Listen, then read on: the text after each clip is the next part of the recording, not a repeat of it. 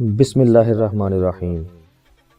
اللہم صلی علی محمد وعلی آل محمد وبارک وسلم۔ بے حد و بے حساب درود و سلام حضور آقا کریم صلی اللہ علیہ وآلہ وسلم اور ان کی آل پر۔ السلام علیکم سامعین۔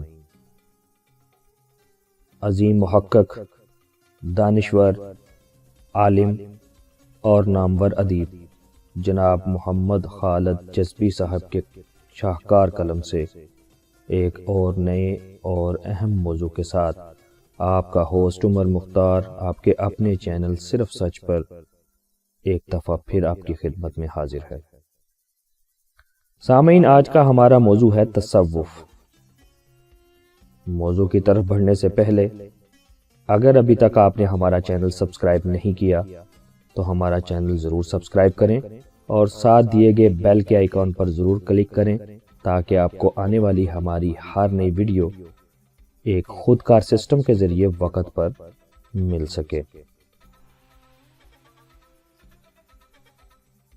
صبح کس کے جلووں سے منور ہوتی ہے؟ شام کس کے پردوں سے مسخر ہوتی ہے؟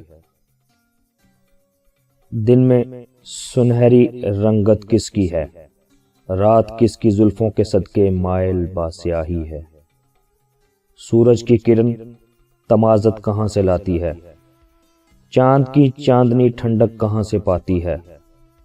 طوفانوں کو وحشت کہاں سے ملتی ہے؟ حباب میں نزاکت کہاں سے آتی ہے؟ مظاہر فطرت کی دلکشی کس رخ گلفام سے ہے؟ ذروں کی چمک کس حسین کے انعام سے ہے؟ حسینوں کے حسن میں جھلک کس کی ہے؟ نازنینوں کے چہرے پر چمک کس کی ہے؟ رومی کی بانسری میں کون روتا ہے؟ خسرو کی دھن میں کون گاتا ہے؟ سعدی کی زبان میں کون بولتا ہے؟ جامی کے لہجے میں راز دروں کون کھولتا ہے؟ حافظ کے منہ میں آواز کس کی ہے؟ خیام کے تخیل میں پرواز کس کی ہے؟ میر کی تغزل میں چھلک کس کی ہے؟ ذوق کے ترنم میں کھنک کس کی ہے؟ فراق کے ذکر میں مہک کس کی ہے؟ مست کبیرہ کس کی دھن پر گاتا ہے؟ اس دنیا کا چرخہ کون چلاتا ہے؟ اس حسن کا عرفان تو کرو جس کے عشق میں گردش کائنات ہے۔ اس حسن واحد کے ادراک کی کوشش تو کرو جس کا ظہور الگ الگ صورتوں میں ہو رہا ہے۔ چھپایا حسن کو اپنے کلیم اللہ سے جس نے، چھپایا حسن کو اپنے کلیم اللہ سے جس نے، وہی ناز آفریں ہے جلوہ فرما نازنینوں میں۔ سامعین، حسن و عشق لازم و ملزوم ہیں۔ جہاں جہاں حسن ہے وہاں وہاں عشق ہے۔ یہ کائنات کارخانہ عشق ہے۔ یہاں عشق کا ظہور مختلف صورتوں میں ہوتا ہے۔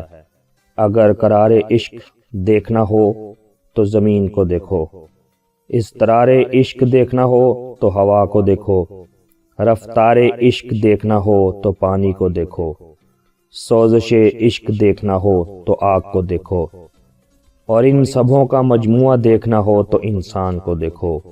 انسانی وجود کا ظہور اگر بیداری عشق ہے تو فنا سرمستی عشق۔ جمال عشق و مستی نئے نوازی، جلال عشق و مستی بے نیازی، کمال عشق و مستی ظرف حیدر، زوال عشق و مستی حرف راضی۔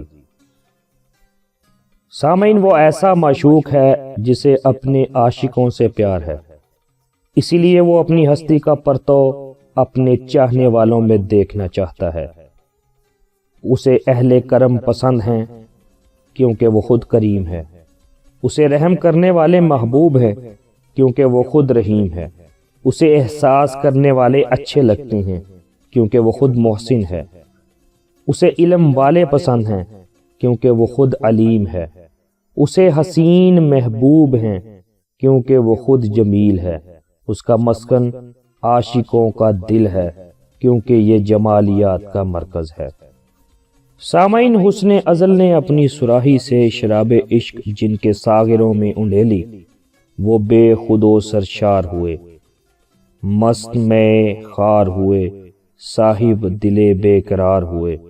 کوئی رومی کی شکل میں امام عاشقاں ہوا تو کوئی کشاری کی صورت میں سردار کاروان عرفاں ہوا، کوئی غزالی کے روپ میں صاحب دستار ہوا تو کوئی علی حجویری کی صورت داتائے گنج بے شمار ہوا، کوئی نظام الدین کے پیکر میں محبوب کردگار ہوا تو کوئی شرف الدین کے سراپا میں مخدوم بہار ہوا۔ کاروان محبت کے انہی شاہ سواروں کو دنیا صوفی کے لقب سے یاد کرتی ہے اور عشق و عرفان کی اسی تحریک کو تصوف کہا جاتا ہے۔ سامعین، تصوف ایک راستہ ہے جو بہت سی پرخار وادیوں سے ہو کر گزرتا ہے۔ راہی کے قدم تھک جاتے ہیں، پیر لہو لہان ہو جاتے ہیں، جسم زخموں سے چور ہو جاتا ہے، آنکھوں سے چشمہ خون جاری ہو جاتا ہے، پھر کہیں منزل تک رسائی ہوتی ہے۔ یہاں کا دستور نرالا ہے، جو جسم و جاں کو بچا لے گیا وہ ناکام و نامراد گیا، اور جس نے اپنے وجود کو گما دیا وہی کامیاب و کامران ٹھہرا۔ منزل نے اس کے قدم چومے، مراد نے اس کا استقبال کیا، سرخ روئی کی دستار اس کے سر باندھی گئی، اب محبوب و محب میں دوئی نہیں رہتی۔ سامعین، حدیث قدسی ہے، اے میرے بندے، تیرے حق کی قسم میں تجھے پیار کرتا ہوں، تجھے میرے حق کی قسم کہ تو بھی مجھ سے محبت کر۔ یحییٰ بن معاذ رحمۃ اللہ علیہ کا قول ہے، محبت کا ایک ذرہ بغیر محبت کی 70 سالہ عبادت سے بہتر ہے۔ سالک جب منزل تک پہنچ کر عارف ہو جاتا ہے تو رحمتیں اسے ڈھک لیتی ہیں، قدسیان معصوم اس کے مقام و مرتبے پر رشک کرتے ہیں۔ وہ بندہ اگرچہ بندہ ہوتا ہے مگر خدائی صفات کا حامل ہو جاتا ہے، وہ دنیا سے بے خوف ہو جاتا ہے اور دنیا اس سے ڈرنے لگتی ہے، وہ خدا سے محبت کرتا ہے اور مخلوق اس سے محبت کرنے لگتی ہے، عالم قدس اس سے محبت کرتا ہے اور عالم فانی میں بھی اس کی محبت عام کر دی جاتی ہے، یہاں تک کہ پانی میں مچھلیاں، جنگل میں درندے، پیڑوں پر پرندے اور تمام ذی روح غیر ذی روح تک اس کی محبت پھیلا دی جاتی ہے۔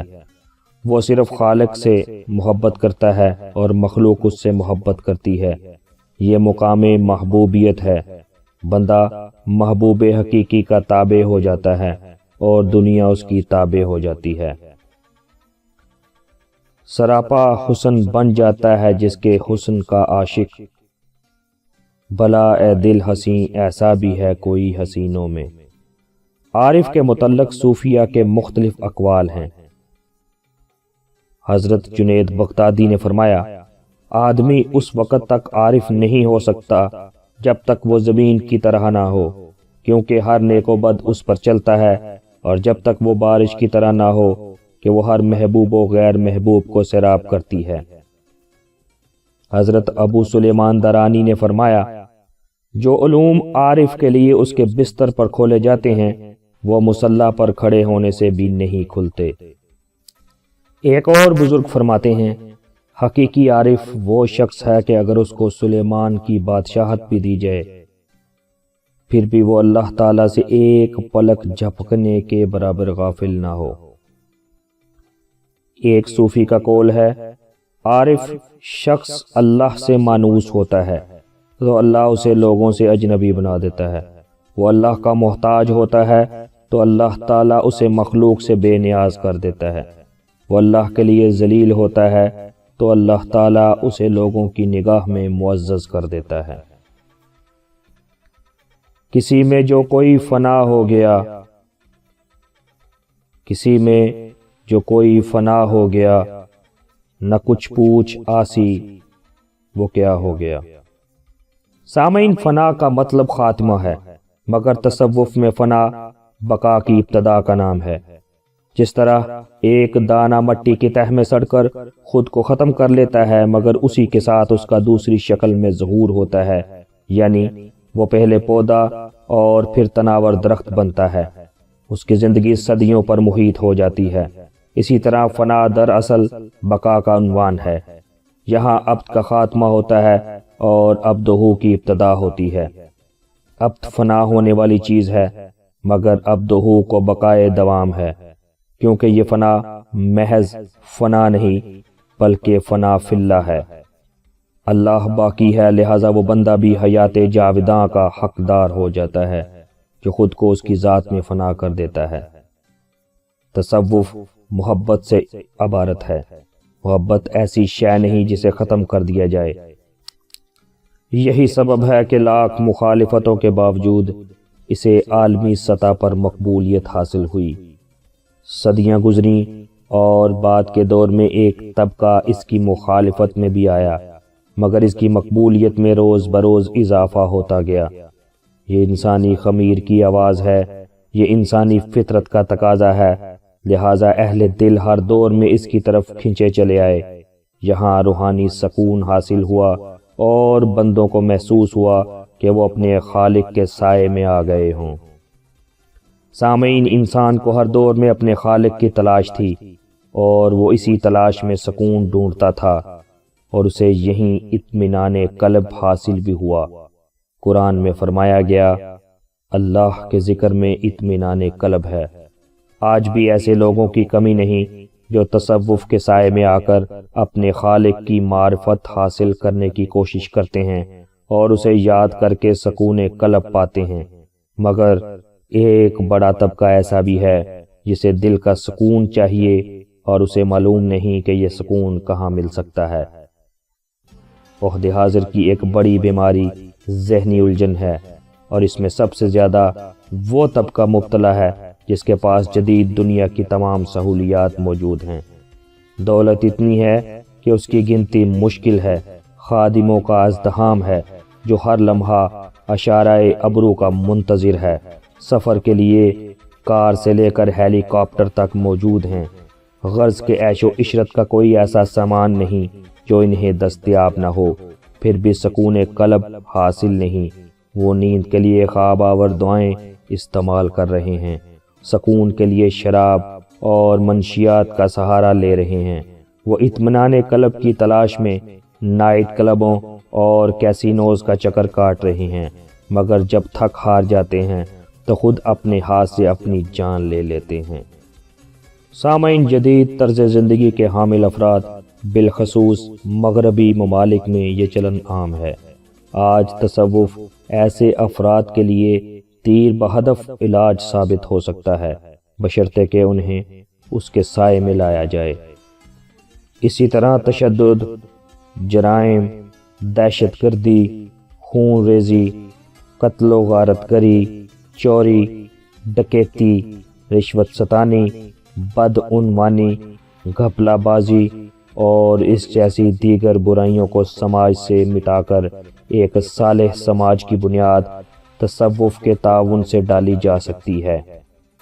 سماج کی اصلاح میں تصوف کا جتنا اہم رول ماضی میں رہا ہے، حال میں یہ اس سے بڑھ کر کام کر سکتا ہے۔